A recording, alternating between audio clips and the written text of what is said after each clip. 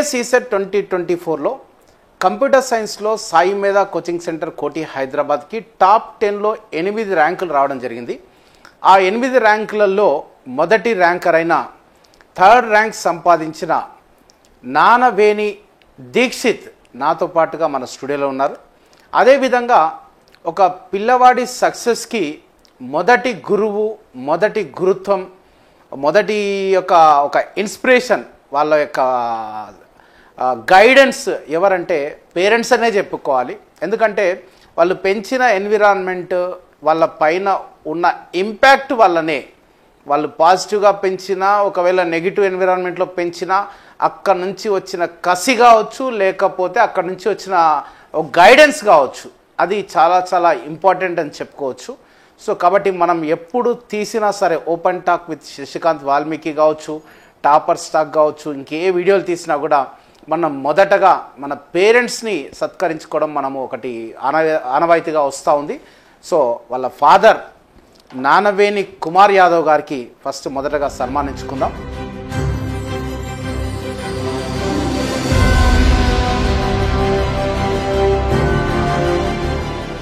So Nanaveni Dikshith son of Kumar Yadav, TS ECET 2023 CSC state third ranker నాతో పాటుగా ఉన్నాడు. సో అతని మాటల్లో అతను ఈ స్టేట్ థర్డ్ ర్యాంక్ సంపాదించడానికి అతను అంటే అతను పెట్టిన శ్రమ కావచ్చు, అతను పద్ధతిగా చదువుకున్న విషయాలు కావచ్చు మనతో షేర్ చేసుకోవడానికి ఉన్నాడు. సో ఫస్ట్ ఆఫ్ ఆల్ మీ తల్లిదండ్రుల గురించి, ఎందుకంటే ఇంత ఇక్కడి వరకు వచ్చినామంటే వాళ్ళ సపోర్ట్ లేకుండా అయితే రాం మనం, కాబట్టి వాళ్ళ తల్లిదండ్రుల గురించి ఒక 2 మాటల్లో. మా father name Kumar sir. Father వచ్చేసి వ్యాన్, అంటే మాకు డీసీఎం వ్యాన్ ఉంది, వ్యాన్ నడిపిస్తాడు. వ్యాన్ ఓనా? Own van. Okay. Mummy house wife sir. House wife. Brother ఏం చేస్తుంటాడు? సెకండ్ ఇయర్ ఇప్పుడు B Tech second year.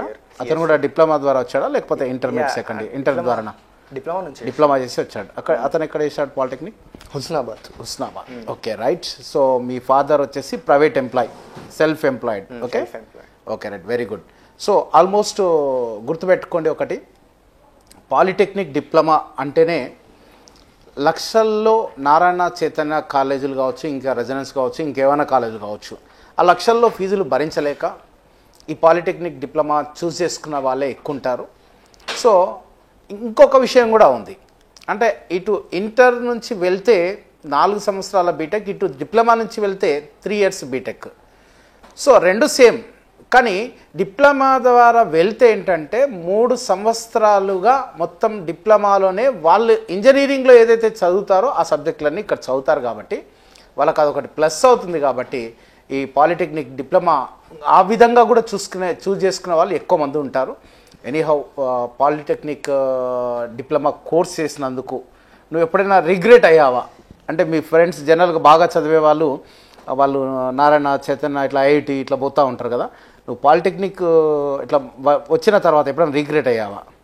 Yes sir, first of all మనం ఇంటర్, ఎందుకంటే మెయిన్స్ ఐఐటి వెళ్ళాలనుకుంటే ఇంటర్ తీసుకుంటే బెస్ట్. అవును. అదే నువ్వు మళ్ళీ బీటెక్ చేయాలనుకుంటే diploma is one of the best option sir.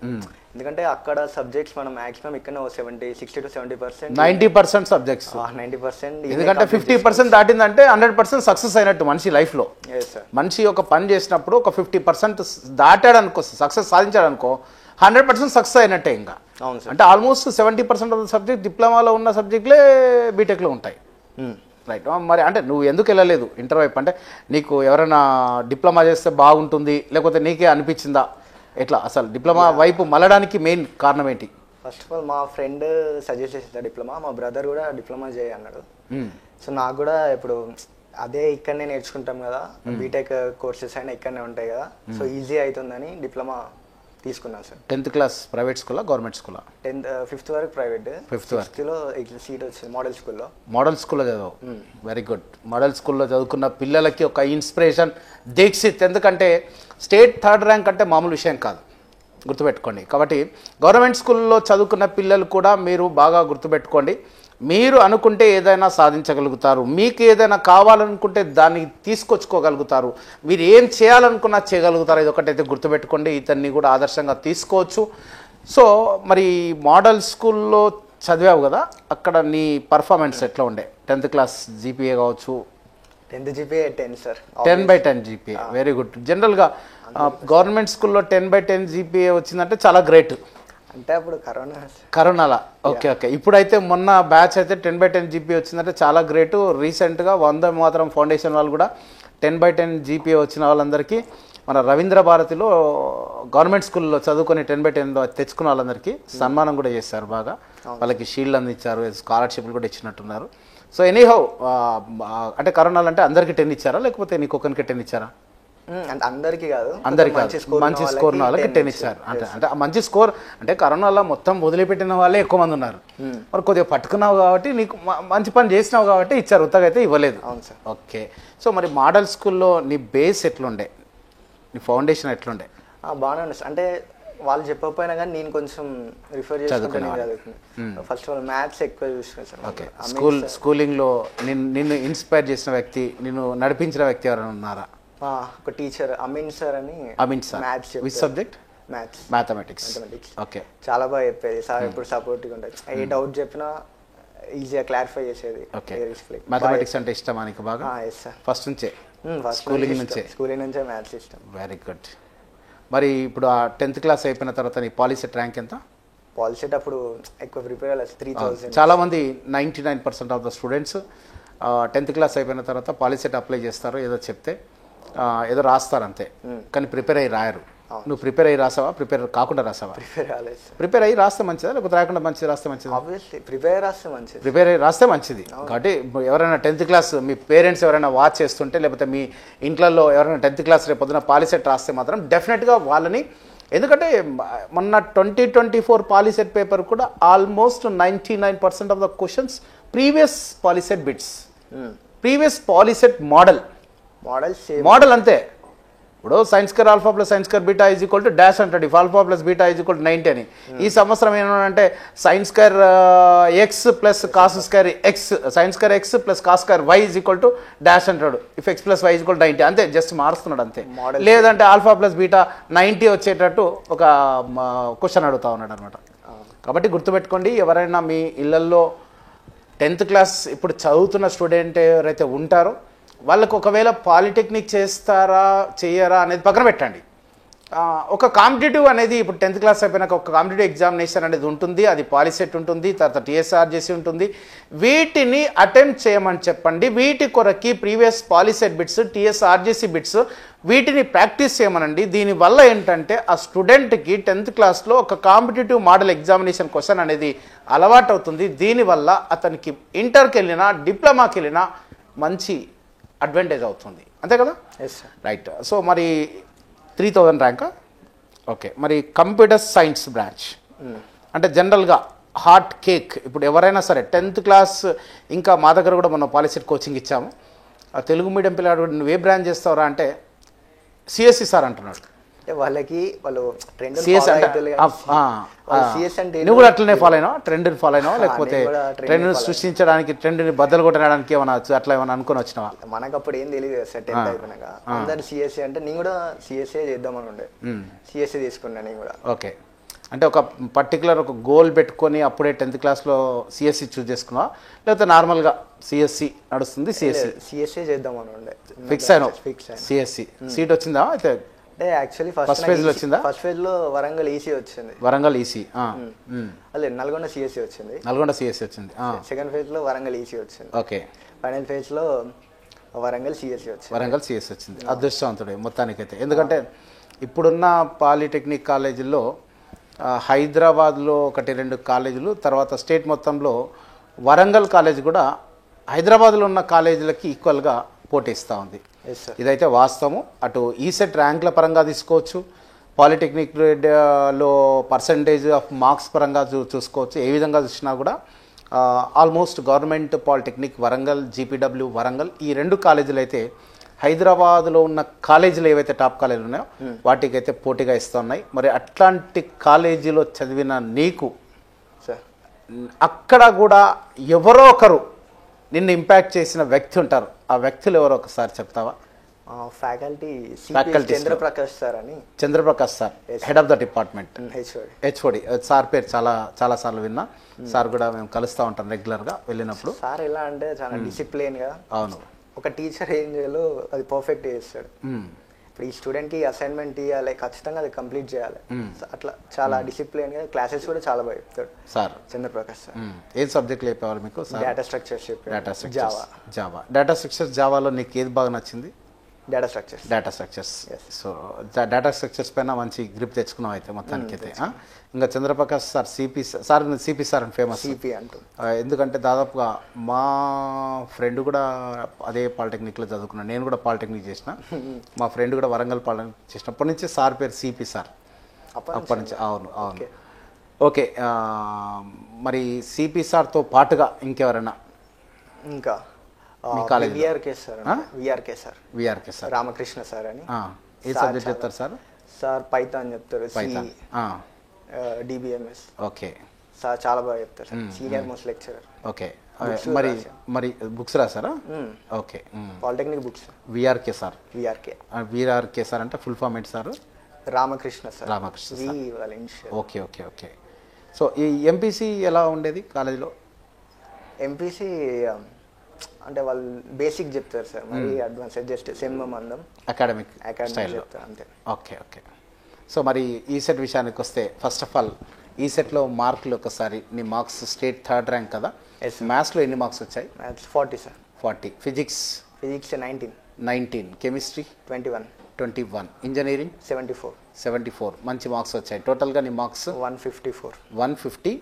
State first ర్యాంకర్కి 170 దాటినట్టున్నాయి కదా. 174. నెక్స్ట్ 169, 162. అంటే ఆల్మోస్ట్ 12 మార్క్స్ డిఫరెన్స్. 12 మార్క్స్ తర్వాత 11 మార్క్స్ డిఫరెన్స్. ఫస్ట్ ర్యాంకర్కి వచ్చేసి 174.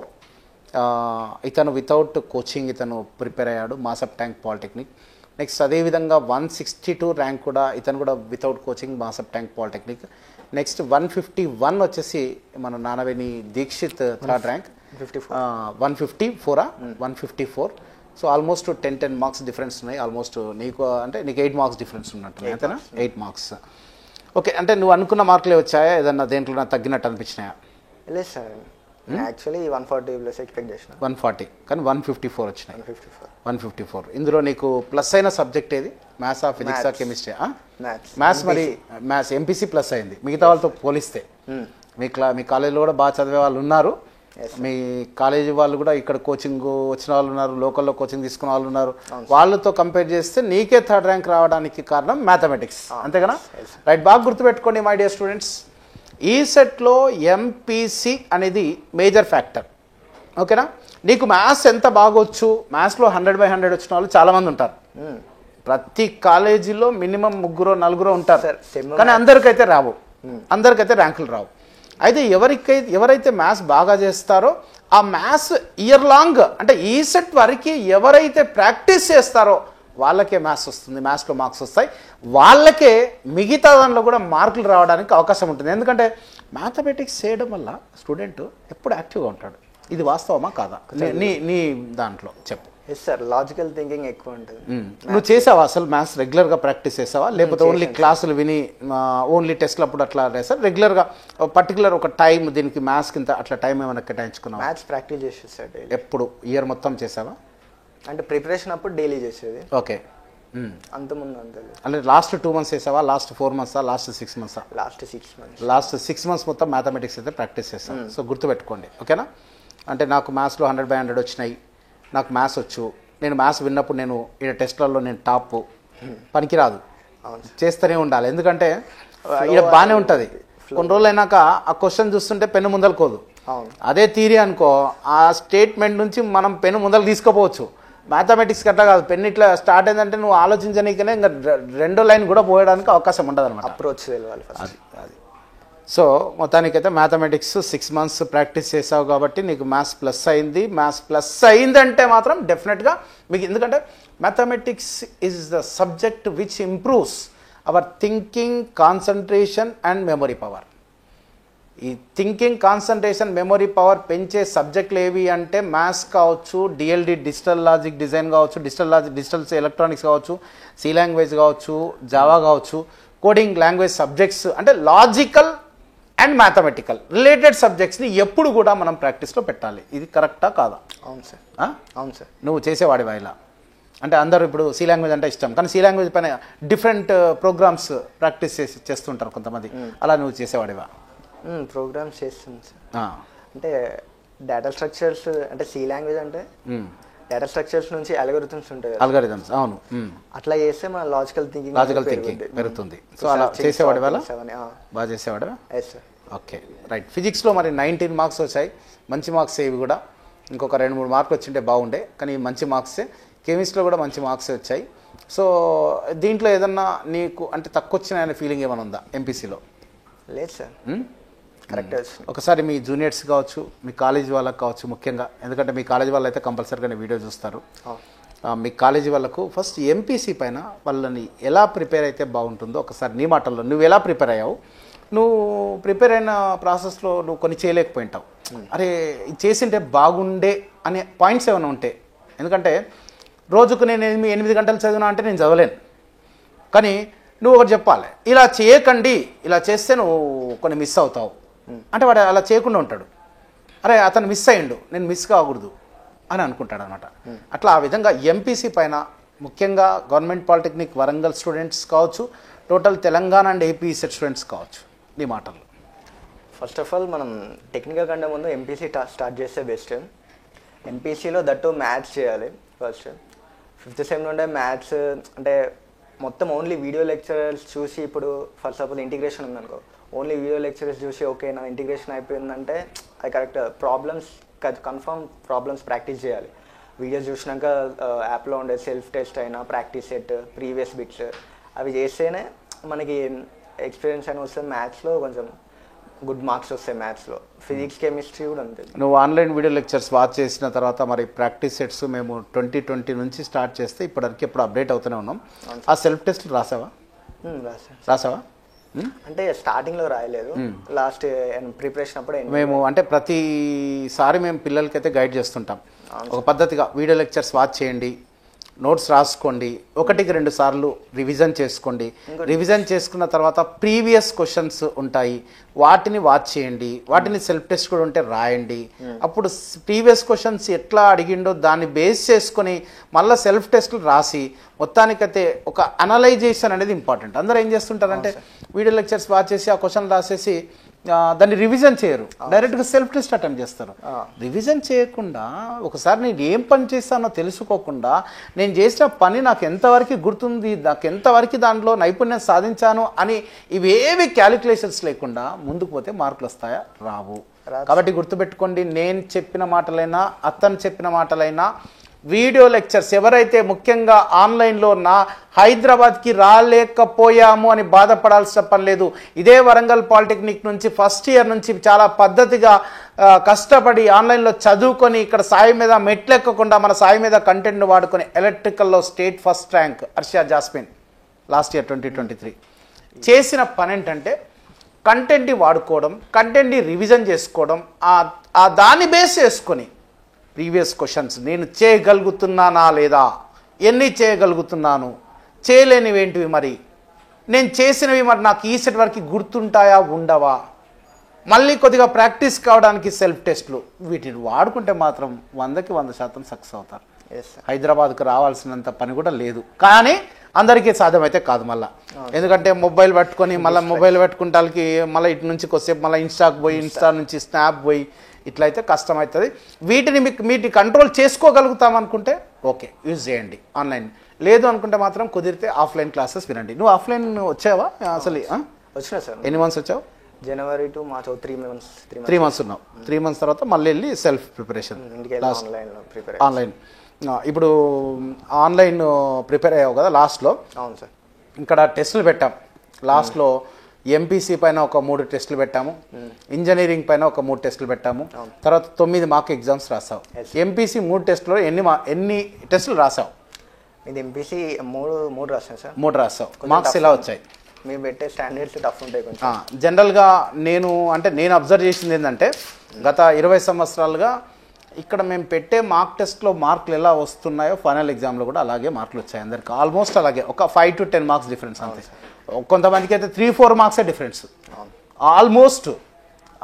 అట్లని మన పేపర్లు ఏమాట అడగలేదు, అంటే స్టాండర్డ్స్ అలా మెయింటైన్ చేస్తాం. ఎందుకంటే అందరి మాదిరిగా నేను చెప్పిందే దాంట్లోకి వెళ్ళి 4 క్వశ్చన్లు ఇచ్చి 100కి 100 తెచ్చుకొని వాడు ఎగ్జామ్లో వెళ్ళిన తర్వాత ఒకటి కూడా రాకపోయటానికి ఆ మోడలే లేకపోయటానికి వాడు భయపడుకోకూడదు. కాబట్టి వీలైనంత వరకు ఇక్కడ టఫ్గా ఫీల్ అయితే అక్కడ ఈజీగా వస్తే చాలా హ్యాపీగా రాస్తాడనే ఉద్దేశంతో అలాగే మెయింటైన్ చేశాము. మరి ఎంపీసీ ఎగ్జామ్స్ రాసినప్పుడు నీకు మార్క్స్ ఎలా వచ్చాయి? 50 ఫస్ట్లో 55 వచ్చింది సార్. 100కి 55. బాధపడ్డావా? అంటే భయపడ్డావా? భయం ఏం లేదు సార్. బాధపడ్డది. సో అందరికి ఇంతే వస్తాయి అంటే ఇంతే వస్తాయి అనుకున్నా. హైయెస్ట్ కూడా 70s అట్లే వచ్చినాయి. 70s 69 74 అట్లే వచ్చినాయి. అప్పుడు నా పొజిషన్ 100/100 అయితే రాలేదు. అవును, గుడ్. సో మెల్లిమెల్లిగా ఇంప్రూవ్ చేసుకుంటూ వచ్చావు. మరి నెక్స్ట్ ఇంజనీరింగ్ రాసావా 3 ఎగ్జామ్స్?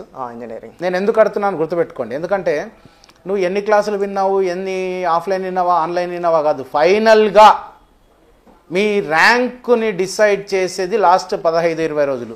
ఆ 15-20 రోజులు నువ్వు చదివే దానితో పాటుగా నీ షెడ్యూల్తో పాటుగా సాయి మేధా కోచింగ్ సెంటర్ కోటి హైదరాబాద్ మన ఫ్యాకల్టీ టీం ఇచ్చే షెడ్యూల్ కూడా నీకు చాలా ఇంపార్టెంట్ రోల్ ప్లే చేస్తుంది. కాబట్టి వాటిని కూడా ఉపయోగించుకుంటే మాత్రమే నువ్వు సక్సెస్ అవ్వగలుగుతావు. అయితే కొంతమంది last year first ranker second ranker ఎట్లాంటి టెస్ట్ లేవు, ఎట్లాంటి కోచింగ్ లేదు, ఏం లేదు, అయినా సాధించారు. కానీ కొంతమందే ఉంటారు, అట్లా అందరికీ సాధ్యం కాదు. గురువు, ఒక డైరెక్షన్, గురుత్వము అనేది అవసరం, అందరికీ అవసరం. కొంతమందికి ఏంటంటే వాళ్ళ ఎన్విరాన్మెంట్, అతను స్టేట్ పాలిసెట్ సెకండ్ ర్యాంకర్, అతను ఫస్ట్ ర్యాంక్ కొట్టాను, అతను అది ఫస్ట్ నుంచి బేస్ ఉంటుంది, ఎన్విరాన్మెంట్ ఉంటుంది. ఇప్పుడు అర్షద్ జాస్మిన్ ఉంది, ఆన్లైన్, మొత్తం ఆన్లైన్, అట్లా అది తక్కువ మంది ఉంటారు. కాబట్టి గుర్తుపెట్టుకోండి, యావరేజ్ కావచ్చు, అబవ్ యావరేజ్ కావచ్చు, బిలో యావరేజ్ కావచ్చు, ఎవరైనా కావచ్చు, మీరు కొన్ని డైరెక్షన్స్ తీసుకుంటే తప్పలేదు. అతను తీసుకున్నా కూడా అతనికి ర్యాంక్తో పాటుగా ఇంకొన్ని మార్కులు వచ్చేవేమో చెప్పలేం. అది సరే. మొత్తానికైతే ఇంజనీరింగ్లో ఎలా వచ్చాయి నీకు? ఇంజనీరింగ్ 70+ వచ్చినాయి సార్. 70+. Okay, very good. అంటే మంచి మార్క్స్ తెచ్చుకున్నావు. తర్వాత మార్క్ టెస్టులు 9 మార్క్ టెస్టులు రాసావా? మొత్తం 9 ఫస్ట్ ఏదైనా మిస్ చేసావా? ఒక్కటి రాయలేదు. ఓకే. అంటే అప్పుడు ఊర్లో లేకుండా. నువ్వు మార్క్ టెస్ట్ రాస్తుంటే ఎలా ఫీల్ అయ్యావు? మాక్ టెస్ట్ ఇప్పుడు ఈ సెట్ ఎగ్జామ్ అనుకొని రాసావా? సెట్ ఎగ్జామ్ ఎలా రాస్తామో అట్లా 2.5 కరెక్ట్ టైం కూడా తొందర ఫినిష్ చేయకుండా అన్నిటికీ మొత్తం 3 గంటలు 2.5 hours 2 hours. Very very important word. చాలామంది మార్క్ టెస్ట్లు రాసేటప్పుడు మీరు గుర్తుపెట్టుకోండి, ఇప్పటి నుంచి అన్ని మైండ్లో పెట్టుకోవాలి, రాసి పెట్టుకోండి అవసరమైతే. మార్క్ టెస్ట్ అంటే ఫైనల్ 200 మార్కుల మార్క్ ఎగ్జామే కాదు. ఇక్కడ మీరు రాసే 50 మార్కుల పేపర్ కూడా 50 నిమిషాలు అటెంప్ట్ చేయాలి. 50 నిమిషాల్లో అటెంప్ట్ చేయాలి. 20 నిమిషాల్లో కాదు, గంటలో కాదు, 50 నిమిషాలు అటెంప్ట్ చేయాలి. 50 నిమిషాలు అటెంప్ట్ చేయాలి. ఆ విధంగా చూసుకోవాలి, ఆ విధంగా రౌండ్స్ మెయింటైన్ చేయాలి. ఇదే ఫైనల్ ఎగ్జామ్ అనుకోవాలి, ఇదే 200 మార్కుల పేపర్ అనుకోవాలి. రౌండ్స్ మెయింటైన్ చేయాలి. ఫస్ట్ ఈజీగా వచ్చినవి చేయాలి, స్టాండర్డ్స్ వేయాలి, లాస్ట్కి రానివి చేయాలి. ఇలా అంటే ఇప్పుడు నేను డామినేట్ చేస్తున్నా, మీరేమనుకోవద్దండి. ఆయన ఇచ్చిన ఇన్పుట్ని బేస్ చేసుకుని, ఎందుకంటే కొన్ని చాలా ఇంటర్వ్యూస్ చేసింటాం కాబట్టి ఇప్పుడు వాళ్ళు ఏంటంటే వాళ్ళు కొన్ని పూర్తిగా మాట్లాడలేకపోవచ్చు. ఆ మాటలు, వాళ్ళ మాటల్ని మీకు తీసుకొస్తా ఉన్నా, నువ్వు కూడా ఏమనుకోకు. సో రౌండ్స్ మెయింటైన్ చేయండి. అతని మాట ఏమన్నాడు, పూర్తి సమయాన్ని కేటాయించండి. ఎగ్జామ్ అంటే 3 hours నువ్వు రాయాలి. ఎందుకంటే అప్పుడు మార్క్ టెస్ట్ రాసేటప్పుడు ఏదో ఇట్లా పైన రాసేస్తే ఫైనల్ ఎగ్జామ్లో టైం సరిపోతుందా? అక్కడ టైం సరిపోలేదు సార్, టైం మేనేజ్మెంట్ తెలియదు. కాబట్టి ఇక్కడ రౌండ్స్ మెయింటైన్ చేసి ఇట్లా ఇదే final exam, every exam 9 mark టెస్ట్లు పెట్టాం. ఈ సంవత్సరం కొద్దిగా పెంచుతున్నాం.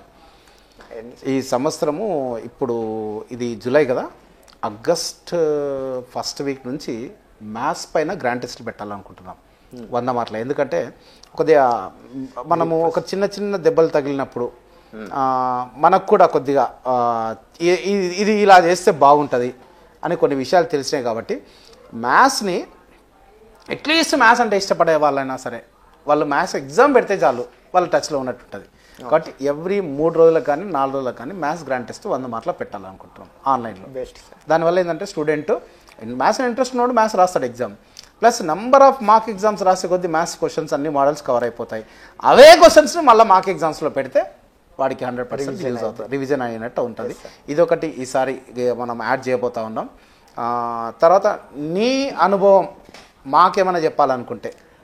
సార్ మీరు మాక్ టెస్ట్ రాయడం వల్ల చాలా యూజ్ అయ్యింది సార్. అవును, పిల్లలకి మాక్ టెస్ట్ రాస్తుంటే అదే అలవాటు అయిపోద్ది.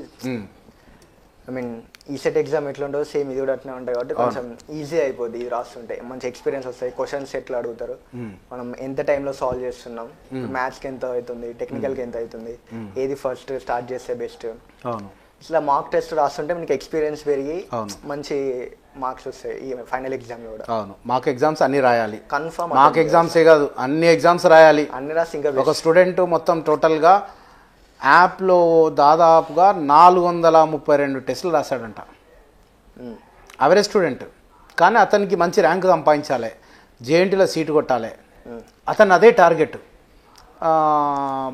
అడిగాడు అనమాట, సార్ నాకు లాస్ట్ 15 days ముందు అడిగాడు, సార్ కొద్దిగా భయమవుతుంది గైడెన్స్ అంటే ఒకటే చెప్పా, ఈ టెస్ట్లను వాడుకో బాబు, ఇంకా సమయం దొరికితే ఆ సెల్ఫ్ టెస్ట్ అన్నాడు. అంతే, ఆ డైలాగ్ ఏమన్నా అంటే సెల్ఫ్ టెస్ట్లను రాసేస్తాను సార్ అన్నాడు. రాసినాం, ఎన్ని రాసినాం అంటే 432 రాసినా సార్, మీరు చెప్పిన మాటలు ఇంతకుముందు విన్నా సార్, అవి రాసినా సార్, మరి అదే నీకు శ్రీరామరక్షరా, కంపల్సరీ సక్సెస్ అవుతాను. అతనికి మంచి ర్యాంక్ కూడా వచ్చింది. కాబట్టి గుర్తుపెట్టుకోండి, యాప్ని ఆఫ్లైన్కి వచ్చే వాళ్ళకు కూడా నా సజెషన్, ఆఫ్లైన్కి క్లాసులు వింటారు, చక్కగా పోతారు, ప్రాక్టీస్ చేయరు. అవును సార్. ఎగ్జామ్ పెడితే ప్రిపేర్ అయ్యి రారు. అవును చెప్పు, నీ ఎక్స్పీరియన్స్ 3 నెలలు వచ్చావు కదా, ఆఫ్లైన్కి వచ్చే వాళ్ళకి ఒకసారి నువ్వు ఎలా ఉంటే బాగుంటుందని చెప్పు, ఒకసారి ఎలా ఉండకూడదు చెప్పు. ఆఫ్లైన్ ఏంటంటే టైంకి వచ్చి టైంకి క్లాస్ లేని వాళ్ళు పెట్టే క్లాస్ షీట్స్ అయినా అన్ని సాల్వ్ చేస్తే డెఫినెట్లీ గుడ్ ర్యాంక్ వస్తుంది. ఇక్కడ ఫ్యాకల్టీ కూడా చాలా మంచి ఎక్స్పీరియన్స్ ఉన్నారు, మంచి కంటెంట్ ఉంది సాయిమేల్లో. ప్రతి కోచింగ్ సెంటర్లో ఎక్స్పీరియన్స్డ్ ఫ్యాకల్టీ ఉంటారు. కాకపోతే ఏంటంటే సాయి మేధాలో ఎక్స్పీరియన్స్డ్ ఫ్యాకల్టీతో పాటుగా ఆ కసి ఆకలి ఉన్న స్టూడెంట్స్ కూడా ఉంటారు అనమాట. Yes sir.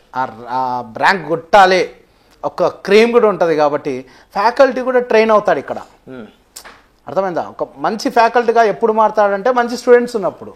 అది సాయి మేధాలో ఉంది, అది సాయి మేధా బలం, అది మన అదృష్టం. ఇంకోటి మీది క్లాస్ అయిపోతుంది, మీరు క్లాస్ షీట్స్ ఇస్తారు సార్, పేపర్స్, అది చాలా అడ్వాంటేజ్ అయింది. అంటే ఇప్పుడు మనం ఒక టాపిక్ విన్నాక దాని మీద ప్రాబ్లమ్స్ కొంచెం ఎక్కువ పెరుగుద్ది నాలెడ్జ్ దాని మీద, అది గుడ్ కాన్సెప్ట్ సార్. ఓకే, మరి ఆఫ్లైన్లో ఉండే వాళ్ళు తీసుకోవాల్సిన జాగ్రత్తలు క్లాస్కి రావాలి, వస్తారు, క్లాస్కి వస్తున్నారు, క్లాస్కి వస్తారు, అప్పుడప్పుడు ఒకసారి ఇంట్రెస్ట్ లేకపోతే పనుకొని పొరలాడుతున్నారు. ఆల్రెడీ ఇప్పుడు క్లాస్ జరుగుతుంది, కొంతమంది హాస్టల్నే పనుకొని పొరలాడుతున్నారు. అట్లాంటి వాళ్ళకి వేస్ట్ కదా. మళ్ళీ హాస్టల్ ఇంట్లో మంచి ఫుడ్ ఉంటుంది హాస్టల్ కన్నా. ఎందుకంటే 1000 మంది ఉంటే 1000 మందిలో 400 మంది మాత్రమే క్లాస్కి వస్తున్నారు, రిమైనింగ్ 600 మంది ఏదో ఒక రీజన్ ఏమనంటే హెల్త్ బాగాలేదు. గుర్తుపెట్టుకోండి, an educational person must have 4 qualities: physically, mentally, socially, economically. అయ్యా, ఫిజికల్గా మీ చేతిలోనే ఉంది, మెంటల్గా మీ చేతిలోనే ఉంది, సోషల్గా కూడా మీ చేతిలో ఉంది, ఎకనామికల్ ఇంకా ఇప్పుడు ఏం లేదు. నువ్వు చదువుకుంటే ఎంత చదువుకుంటే అంత, నీ చదువే నీ యొక్క ఏమంటారు అన్నీ తెచ్చిపెడుతుంది, అంతే కదా. అవును సార్. నువ్వు ఎంత నాలెడ్జ్ గెయిన్ చేస్తావు అంటే నువ్వు ఏం డబ్బే కాదు కదా, లైఫ్ అంటే డబ్బే అనుకుంటారు కాదు, అది ఏమైనా తెచ్చిపెడుతుంది మన చదువు, మన నాలెడ్జ్, అది. అవును సార్. రైట్. సో ఎగ్జామ్స్ విషయంలో ఒకసారి క్లారిటీగా, ఎగ్జామ్స్ ఎలా వాళ్ళు అటెండ్ చేసుకోవాలి, నువ్వు ఎలా చేసుకున్నావు, ఎలా చేసుకోవాలి, మాక్ టెస్ట్లో నార్మల్ మొత్తం ఓవరాల్గా. ఎగ్జామ్స్ అనేది ఫస్ట్ ఆఫ్ ఆల్ జెన్యున్గా రాయాలి. ఏదో మార్క్స్ కోసం మన ఫ్రెండ్స్ అందరూ చూస్తారని టాప్ లో రావాలని అట్లయితే ఒకటి రాసి దాన్ని చూసి ఇట్లా రాయడము అట్లా చేస్తుంటారు కొంతమంది. కొందరు చేద్దని చెప్పి ఇప్పుడు ఫర్ సపోజ్ 200 మార్క్స్ కి 150 మార్క్స్ వస్తాయి. టైం ఎంత, హాఫ్ అన్ అవర్ లో 150 రాస్తారు. అట్లా రాయొద్దని చెప్పు. అట్లా అంటే ఏదో పేరు కోసం అట్లా రాస్తారు కానీ రాసి వేస్ట్. సో మంచి జెన్యున్గా రాసి తక్కువ వచ్చినా మంచిదే, దాన్ని learn from your mistakes, hire man. మనం మిస్టేక్స్ నుంచి నేర్చుకున్నా ఇంకెక్కువ గుర్తుంటాయి. సో అట్లా జెన్యున్గా రాసుకుంటా ఎగ్జామ్ ఎప్పుడు డిమోటివేట్ కాకుండా కాన్ఫిడెన్స్గా రాస్తే బెస్ట్. అదేనా? సార్. సిలబస్ కంప్లీట్ చేయాలి సార్. సిలబస్ నువ్వు బాగా అంటే కొద్దిగా భయపడిన సబ్జెక్టులు ఎంపీసీలో ఏది, మ్యాథ్సా, ఫిజిక్సా, కెమిస్ట్రీ? కెమిస్ట్రీ కొంచెం. కెమిస్ట్రీ కొద్దిగా భయపడ్డావు. కెమిస్ట్రీ భయపడాల్సిన అవసరం ఉందా? 21 మార్క్స్ వచ్చాయి. సో మేము పెట్టిన యాప్లో పెట్టిన పేపర్లన్నీ కరెక్ట్గా ఇప్పటి నుంచే ప్రాక్టీస్ చేస్తే 20 మార్కులు దాటాయా దాటవా? మీరు కెమిస్ట్రీ సబ్జెక్ట్కి 100 మార్క్స్ ఇచ్చా, అది బెస్ట్ సార్. అవి more than enough. More than enough. గుర్తుపెట్టుకోండి, కెమిస్ట్రీలో ఒకవేళ నువ్వు యావరేజ్ స్టూడెంట్ అయినా సరే 20 మార్కులు మీరు మరి దాటించాలి అనుకుంటే ఇప్పటి నుంచే ప్రతి చాప్టర్కి 100 మార్కుల క్వశ్చన్ పేపర్ ఉంది, వాటిని వాడుకోండి. 20కి 20 వస్తాయి. వాటిని రాయడం కాకుండా రాసిన తర్వాత మళ్ళీ రివిజన్ క్వశ్చన్ చూస్తే నిద్రలో కూడా ఆ క్వశ్చన్ ఆన్సర్ రావాలి, నిద్రలో కూడా ఆ క్వశ్చన్లే తిరగాలి. అవి ప్రాక్టీస్ చేసిన అన్ని రోజులు అప్పుడు నీ సొంతం అవుతాయి. ఓకే సార్ ఇంకోటి మిస్టేక్ ఎగ్జామ్ రాస్తాం కదా, కంపల్సరీ ఉంటాయి. ఫైనల్ ఎగ్జామ్లో మిస్టేక్లు రాలేదా? చెప్పు ఒక మాట. అనేది ఎగ్జామ్లో మిస్టేక్స్ అవుతాయి కదా, దాన్ని ఒక షార్ట్ నోట్స్ లాగా రాసుకోవాలి కంపల్సరీ. ఇంకోటి రివైజ్ చేయాలి. ఇంకొకటి చాలా మంది ఎగ్జామ్ రాసి సార్ మిస్టేక్లు ఉన్నాయి అంటారు. ఫైనల్ ఇయర్ ఎగ్జామ్లో మిస్టేక్లు వచ్చినాయి కదా, పెట్టాం కదా, అబ్జెక్షన్స్ పెట్టినాం కదా, మనం పెట్టినాం కదా, యాడ్ అయినాయి కదా. ఇక్కడ కూడా ఎగ్జామ్ రాసినప్పుడు మళ్ళీ పెట్టాలి కదా, అబ్జెక్షన్స్ పెట్టాలి కదా. ఫ్యాకల్టీ ఉన్నాడు కదా, చేసుకోవాలి కదా, సోర్స్ ఉంది కదా, గూగుల్లో ఇట్లా ఫోటో తీసి కొడితే కూడా వస్తుంది కదా. ఎందుకు బాధపడాలి? బాధపడద్దు. అట్లాంటి వ్యక్తులకి నేను మళ్ళీ చెప్తున్నా, ఎందుకంటే అతను ఎంతసేపు ఉన్న మిస్టేక్స్ ఉన్నాయని ఆడికి ఆపేస్తాడు. దాని సొల్యూషన్ వెతకాలి భయ్. ఉంది కదా, ఇంత పెద్ద టెక్నాలజీ వచ్చింది కదా, వెతికి మంచిగా సాధించుకోండి, సొంతం చేసుకోండి. తర్వాత ఇంకో మాట అంటున్నావు ఇందాక, మీ ఎగ్జామ్ రాసినాక మిస్టేక్స్. ఎస్, చెప్పు, గట్టిగా చెప్పు. ఎగ్జామ్ రాసినాక మనం అయిన మిస్టేక్స్ ఉంటాయి కదా, దాన్ని నార్మల్ షార్ట్ నోట్స్ లాగా రాసుకొని ఎప్పుడు రివైజ్ చేసుకుంటుండాలి. Okay, mistakes notes. రైట్. నీ మాటల్ని ఇంకో స్టైల్లో చెప్తాను నేను, ఓకేనా? Okay sir. ఎగ్జామ్ రాసిన తర్వాత 200 మార్కులు ఎగ్జామ్ రాసిండు. రాసినాక నీకు ఎంత వస్తున్నాయి మార్కులు? 140 వస్తున్నాయి. అట్లా 140 మార్క్ టెస్ట్లు 140 ప్లస్ వచ్చినాయి. దీక్షిత్ ఏం చేయాలంటే 140 ప్లస్ మార్క్స్, 140 మార్క్స్ ఏవైతే కరెక్ట్ అయినాయో ఆ 140 మార్క్స్ 1కి 2 సార్లు మళ్ళీ రివిజన్ చేయాలి. ఎందుకు రివిజన్ చేయాలి వచ్చిన వాటిని అని అంటే, నాకు ఈ సెట్ ఎగ్జామ్ వరకు ఈ 140లో ఒక్క క్వశ్చన్ కూడా నేను తప్పు చేయకూడదు. అవును సార్. రాని క్వశ్చన్ ఎట్లా తర్వాత విషయం, ఫస్ట్ నేను వచ్చిన క్వశ్చన్ తప్పు అయితే చేయకూడదు. ఆ 140లో ఏ క్వశ్చన్ అడిగినా సరే ఇట్లా చూస్తేనే ఇట్లా టిక్ పెట్టాలి. ఈ 140 క్వశ్చన్లు చేసినావు, నువ్వు చేసినప్పుడు 4 నిమిషాలు పట్టిండొచ్చు, 2 నిమిషాలు పట్టిండొచ్చు, 1 నిమిషం పట్టిండొచ్చు. మళ్ళీ రివిజన్ చేస్తే దాని టైం తగ్గుతుందా? తగ్గదు, ఆబ్వియస్లీ తగ్గుతుంది. అందుకొరకు మనము కరెక్ట్ చేసిన క్వశ్చన్లని 1కి 2 సార్లు రివైజ్ చేసుకొని ఈ సెట్ వరకు నేను గుర్తుంచుకుంటాను, ఇంకోసారి ఇలా ప్రాక్టీస్ చేయడం వల్ల నాకు టైం తగ్గింది, తక్కువ టైంలో చేయగలుగుతాను అన్నంత వరకు రివిజన్ చేసి అప్పుడు ఇంకా రిమైనింగ్ 60 క్వశ్చన్లు, ఈ 60 క్వశ్చన్లు చేసినప్పుడు మళ్ళీ 20 వస్తాయి ఆటోమేటిక్గా. ఎందుకంటే ఇటు 140 మార్కుల కొరకు నేను టైం కేటాయించిన కదా, దానికి రిలేటెడ్ కాన్సెప్ట్ దొరుకుతుంది కదా, 20 మార్కులు వచ్చేస్తాయి. ఇంకా మిగిలింది 40. ఈ 40లో మనకేం రావో నీట్గా నువ్వు అన్నట్టు షార్ట్ నోట్స్ రాసుకొని వాటిని కూడా నువ్వు ఇష్టంగా నువ్వు చేసిన క్వశ్చన్లు ఎట్లా ప్రాక్టీస్ చేసావో అలాగే ప్రాక్టీస్ చేస్తే వాళ్ళకి మంచి మార్కులు వస్తాయి. చెప్పడానికి మాటలు, వినడానికి మాటలు ఉంటాయి, కానీ చేయడమే కష్టమవుతుంది. చేసిన వాడే గొప్పవాడు అవుతాడు. ఇప్పుడు నేను మాట్లాడుతున్నా, ఈజీ, వింటున్నావు, బాగుంది, వింటావు, కానీ దీన్ని పాటించేవాడు గొప్పవాడు అవుతాడు, పాటించేవాడు సక్సెస్ అవుతాడు, పాటించేవాడు ఈ సమాజంలో ఒక గుర్తింపు పొందుతాడు అనమాట. అవునా కదా? అవును సార్. రైట్. ఇంకోటి మీరు పెట్టిన మాక్ టెస్ట్లో కొన్ని C++ క్వశ్చన్స్ ఉంటాయి సార్. అవును, అవి కొన్ని సేమ్ ప్రింటెడ్ క్వశ్చన్స్ ఎగ్జామ్లో కూడా దీనా? అవును సార్. దీనా? సంతోషం. అంటే ఇప్పుడు ఇంకోటి కంప్యూటర్స్ బ్రాంచ్ విషయానికి, ఎందుకంటే కంప్యూటర్ సైన్స్ స్టూడెంట్స్ రోజుకి పెరుగుతూ ఉన్నారు. అవును సార్. ఒకప్పుడు మన సాయిమేధ కోచింగ్ సెంటర్ కోటి హైదరాబాద్లో ఈసీ బ్రాంచ్ స్ట్రెంత్ టాప్లో ఉండేది. వీళ్ళని దాటి వచ్చింది, వీళ్ళకన్నా 200 మంది ఎక్కువ అవుతున్నారు. అయితే గుర్తుపెట్టుకోండి, ఈ కాంపిటీషన్ కూడా అట్లనే ఉంటుంది. ఈ సంవత్సరం ఏదో మీరు 1000 లోపు 600 మంది కంప్యూటర్ సైన్స్ స్టూడెంట్సే ఉన్నారు. అవును సార్. 1000 లోపల. కానీ అన్ని రోజులు, అన్ని బర్త్డేలు మనవైతే కావు, అయితే కావు సార్. కాబట్టి గుర్తుపెట్టుకోండి, పేపర్ కొద్దిగా గట్టిగా మ్యాథ్స్, ఫిజిక్స్, కెమిస్ట్రీ కొద్దిగా ఇట్లా టచ్ చేసినా కూడా ఇబ్బంది పడతారు. కాబట్టి ఎప్పుడు కూడా లాస్ట్ ఇయర్ క్యాలిక్యులేషన్ బేస్ చేసుకొని దీక్షిత్ చెప్పాడు, లేకపోతే శశికాంత్ సార్ చెప్పాడు, లేకపోతే ఇంకొక ఫస్ట్ ర్యాంకర్ చెప్పాడు, లేకపోతే 9th ర్యాంకర్ చెప్పాడు అనేది కామన్ ఇన్ఫర్మేషన్ ఎప్పుడు కూడా, అంతేనే కదా. 10 మందితో మాట్లాడాలి, 10 మంది ఎలా చెప్తారో, అరే లాస్ట్ ఇయర్ ల్యాప్లెస్లో 10 మార్కులు వచ్చినాయిరా, అరే ట్రిగ్నామెట్రీలో 1 మార్కు కూడా రాలేరా అంటే ట్రిగ్నామెట్రీ చదవకుండా పక్కన పెడితే మంచిదా? లేదు సార్. మీకు 1 మార్కు కూడా రాలే ట్రిగ్నామెట్రీ. అలా అంటే పేపర్ తయారు చేసే వాళ్ళు ట్రిగ్నామెట్రీ క్వశ్చన్లు దాపెట్టినట్టున్నాయి, ఇంకా ట్రిగ్నామెట్రీ ఈజీగా ఉన్నాయని దాపెట్టినట్టున్నారు. కానీ ఎప్పుడు అట్లయితే ఉండదు. కాబట్టి గుర్తుపెట్టుకోండి, అన్నింటికి ప్రియారిటీ ఇవ్వాలి, చేసుకొని పడి. బట్ కంప్యూటర్ సైన్స్ బ్రాంచ్కి వస్తే మాత్రం ఒకటైతే చెప్పగలుగుతాము, నువ్వు C++ యాజ్ ఇట్ ఈస్గా క్వశ్చన్లు దిగానే అని అంటున్నావు కదా, చాలా తక్కువ ఏరియా, ఇచ్చిన క్వశ్చన్లు కరెక్ట్గా ఫస్ట్ నుంచి ప్రాక్టీస్ చేసుకుంటే 100% సక్సెస్ అవుతాం. మాకు రోజుకు పెరుగుతున్న బాధ్యత ఈ సక్సెస్ బాధ్యత. మేము ఎప్పుడు అప్డేట్ అవుతూనే ఉంటాం. మాకు నచ్చిన డైలాగ్ ఏంటంటే, update your knowledge before technology gets updated. ఈ కొటేషన్ బాగా నమ్ముతాం. Update your knowledge before technology gets updated.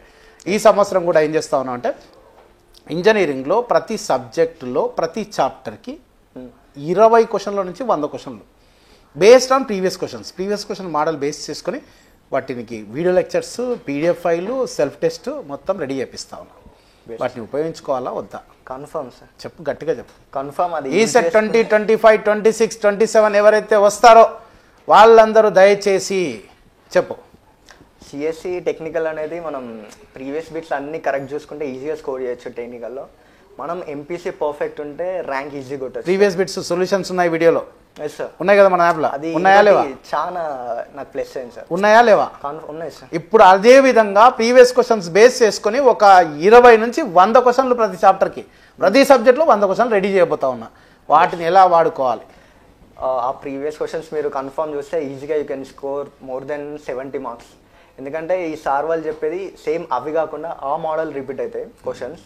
So మీకు తెలుస్తుంది ఆ ప్రాబ్లమ్స్ ఎట్లా సాల్వ్ చేయాలో కూడా ఒక ఐడియా వస్తే, ఒక షార్ట్ కట్ తెలుస్తుంది ఆ సార్ చెప్పే ప్రీవియస్ ఇయర్ క్వశ్చన్స్ చూస్తే.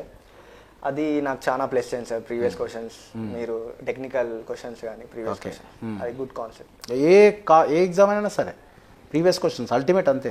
Previous questions maths, physics, chemistry ప్రతి ఎగ్జామ్ గుర్తుపెట్టుకోండి. ఈసెట్ కావచ్చు, ఎంసెట్ కావచ్చు, గేట్ కావచ్చు, ఎనీ కాంపిటేటివ్ ఎగ్జామినేషన్కి నువ్వు ప్రిపేర్ అవుతున్నప్పుడు ఫస్ట్ నీ ముందర ప్రీవియస్ క్వశ్చన్స్ ఉండాలి. ఎందుకంటే నేను చదువుతున్నా, ఏ లెవెల్లో చదవాలో తెలియాలి కదా నాకు. అవును సార్. ఇప్పుడు మ్యాథమెటిక్స్లో మన కోఆర్డినేట్ జామెట్రీ ఉంది, ఇంటర్మీడియట్కి ఉంది, జేడబ్ల్యూకి ఉంది, ఇంకో పక్క రాష్ట్రానికి కూడా ఉంది. మన లెవెల్ క్వశ్చన్స్ ఏంది, మన స్టైల్ క్వశ్చన్స్ ఏంది కూడా చూడాలి. అది చూసుకొని మనం మరీ డీప్ కాకుండా ఈ సెట్ కి ఎంత అవసరం సాయి మీద వీటిలో వాడుకుంటే చాలు, సరిపోతుంది. ఇది సరిపోతా లేదా? ఎందుకంటే మేము అనాలిసిస్ చేసి ఫ్యాకల్టీ మొత్తం దాదాపుగా 12 మంది ఫ్యాకల్టీని ఉపయోగించుకొని ఆ బిట్స్ రెడీ చేస్తాం. వాటిని ఉపయోగించుకుంటే సరిపోతుంది. మోర్ దెన్ అట్ దీక్షిత్ లైఫ్లో ఓకే చదువుతాము, జాబ్ సంపాదిస్తాము, ఇవన్నీ కామన్ ప్రతి పర్సన్కి. ఈ టార్గెట్స్ కాకుండా ఇంకేమైనా టార్గెట్స్ ఉన్నాయా నీకు? ప్రతి ఒక్కరు, పుట్టిన ప్రతి జీవి బాగా చదువుకోవాలి, మంచి జాబ్, నేను చెడ్డగా తయారు కావాలని అయితే ఎవడు ప్రపంచంలో అనుకోడు. వాడికి కర్మ రాసిపెట్టి ఉంటుంది, అట్లా తయారవుతాడు.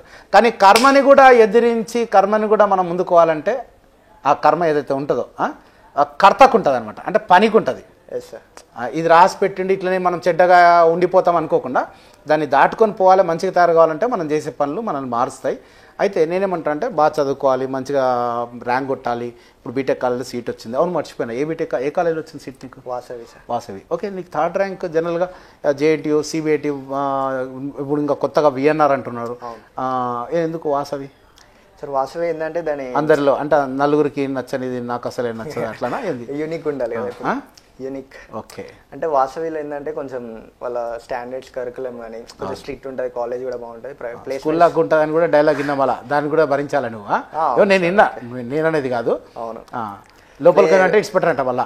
అవును, ప్లేస్మెంట్స్ కూడా బాగుంటాయి అన్న. కానీ మంచిగా బాగా ఎదిగిన వాళ్ళు ఉన్నారు, యూఎస్కి కూడా పోవడానికి అన్ని రకాలుగా సహకరిస్తారు. అవన్నీ బాగానే ఉన్నాయి కాలేజీలో.